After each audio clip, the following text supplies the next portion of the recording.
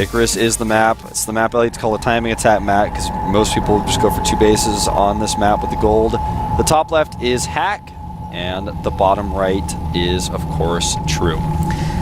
Yeah, and after game number 1, this is just one of those games where you sit in front of your monitor and you're just gonna facepalm. You have like a, you're gonna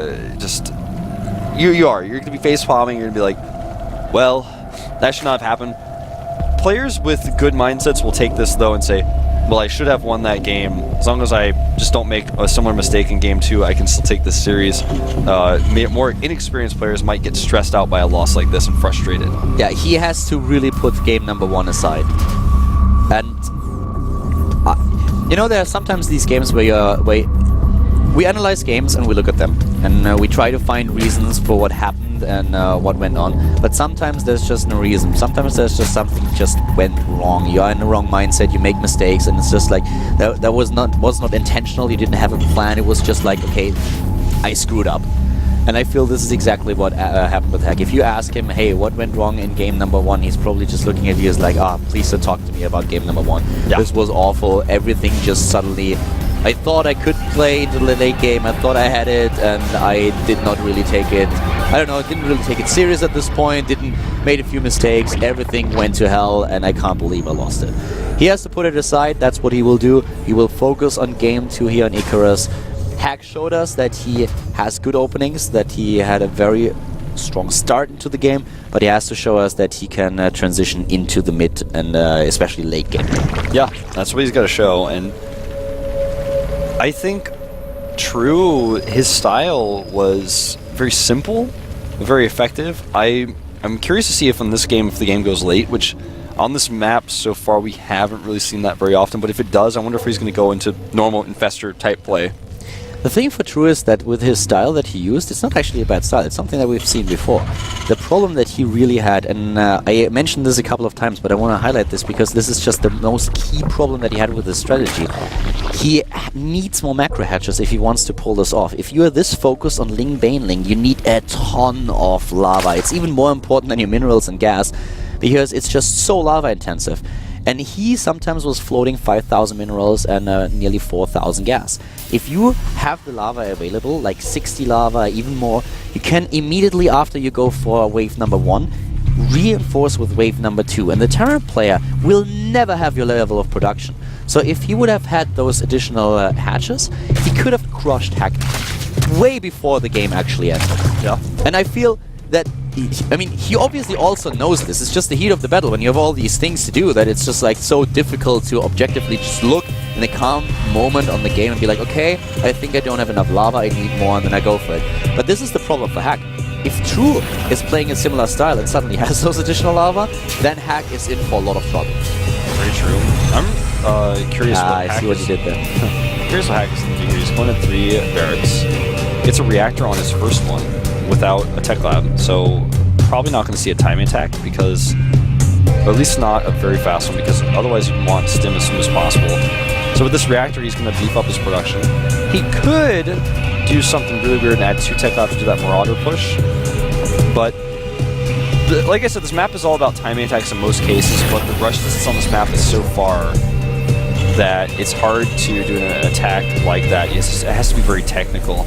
Lair is started on 2 bases for True. Quite early. He's getting... Hack is now getting a factory just a little bit delayed, so he's going to beef up his marine production before he switches into Hellions to get map control. And the upgrade for Lair hits before speed is started. Yeah, I wonder what he's got planned with this. Probably Mutilus. Yeah.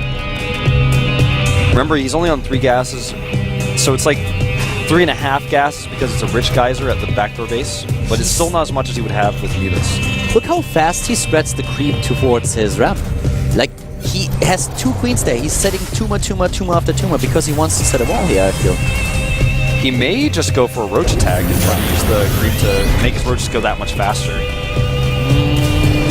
I don't know what this is with what he's planning here. He has too much gas, I feel. Look how much gas he has. He has 2 on his main base. He has another 3rd gas at the bottom. How much lava does he have? Oh, actually, he has quite a lot. You can. Yeah, Nidus. He's going for the strategy that we see on Antigua a lot. Yeah, Nidus, nice roaches. That is so strong, and it's really scary. But luckily for Hack, he's got a Marine at the back of his base to spot the Overlord, so it's not going to be nice to make. Likely just be a forward Nidus. But we Even have the seen... forward Nidus is so strong, Wolf. Yeah, and that's what he's going to go for. He pulls the Overlord to the side. I actually think that a forward Nidus would be a lot stronger here than going for Nidus in the main base. I agree. Because the chances of him hiding a Nidus in the main base are very slim. And Hack's already prepared for Nidus with that Marine at the back base. Forward Nidus is all that he needs. Yeah, If man, he there's gets only a one massive bunker. amount of roaches are out with one bunker, no Marauders. stim, no Marauders, no stim, no tanks, only Hellions. And those Hellions are in a heap of trouble in the main base, but they see the Nidus, and now he can prepare. He needs to make a bunch more bunkers. He's checking for Niduses everywhere. But he needs to realize this is a forward Nidus. I mean, he already has vision of everything. What is he saying those units over for? Uh-oh. This is a big problem. This is so many roaches coming through. I actually think he's going to be fine if he defends here. Well, yeah, obviously. If he if he repairs well. Yeah? He needs the second wave of roaches to really finish this off if he's going to try to end the game here. And here they come. The queens are ready. That was the best quote ever. That's a sick Caldor quote, man. He's going to be fine if he defends. Oh, really? Now he's going for the back, which I think this attack is kind of... It makes sense for him to go for the back now, but Hack is already in a position to defend. Hack isn't even worried. He still has his SCVs being produced, or had a second ago. I think that True will probably just make a hatchery now and Just try to transition. needs to bounce between the bases. That's the problem. He's going to pick off a reactor. He needs to hold position and repair here, and he does. But those roaches, they are in the worst spot ever. Yeah. He's supply blocked. He's just going to try to get ahead here. I don't think he's going to actually end this game with roaches at this point, because he knows that he probably can't. Has to be really careful, though. Yeah, do we have the bunker? Yeah, the bunker at the natural. Just the queens will be able to break through. He could actually target that bunker down. I think he's going to go for SCVs instead. Uh-oh, he's not producing That's any a units. lot of Here we go. roaches. That's a lot of roaches. Now that they have the surface area. And the transfuses. This is a different story now, suddenly. Yeah, he needs to bring the rest of those units from the main. I don't know what they were doing up there. Obviously, he thought that maybe he would split the roaches into two groups, but they're all here together now. And he couldn't build a lot of units for a long time because we have him... Well, for some reason he didn't build enough Marines. He didn't. He had the chance to build them, but he didn't. Yeah, he was supply blocked for a while, and now he has plenty of depots, but he's lost units already. The key way this suddenly works is that the rocks broke down, and then he was able to slip through the rocks, and he got the surface area. Yeah, it's not a ramp anymore. You know, Exactly. on the ramp where the bunkers are, he can't get the surface area. The choke point spot. This is where Hack can defend without a problem. Now he's got vision, even the queens from the low ground doing damage, and Hack. Dim is not enough not production. He's actually going to die here. I completely misjudged the situation. I thought True was going to go back and defend, or back to macro, but this is a pretty cool build for this map. I like it with the extra gas. GG. 2-0. Very quick indeed. The problem here definitely being that we don't have a single file ramp. There's just way too much surface area for those roaches to get in. That's what he capitalized on, and it worked well. True in the second game. This looked a lot better than game number one, I feel. Yeah, I mean, better planned. It flowed really nicely. It was well executed. The place where he put the Nidus was cool because it's forward for the front, but it was also right next to the rocks. Exactly. Very convenient position there. Really well planned out builder for the map. You have both positions where you can go for, and this is also a little bit true to what we talked about with the preparation.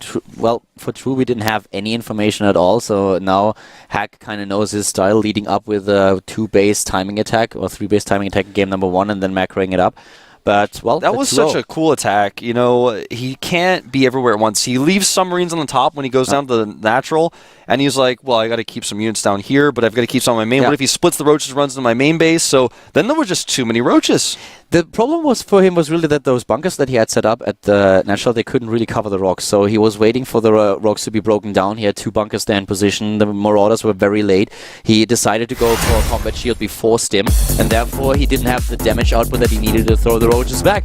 So 2 takes it with a 2-0. We also had SOS triumphing over S2 with a quick 2-0. But before that, Vampire lost to Crazy, and Arthur had to yield to Fly. Yep. that was, you know, how things went down in the early group. But we've got another group tonight with arguably more exciting play coming out. We're going to take a look at what those matches are going to be. I am so ready for the second group today. These games are crazy. Let's have a look at them. Yeah, let's take a look so you guys can see. I was thinking about going reading Rainbow there because it seems to be a hiccup in the production, but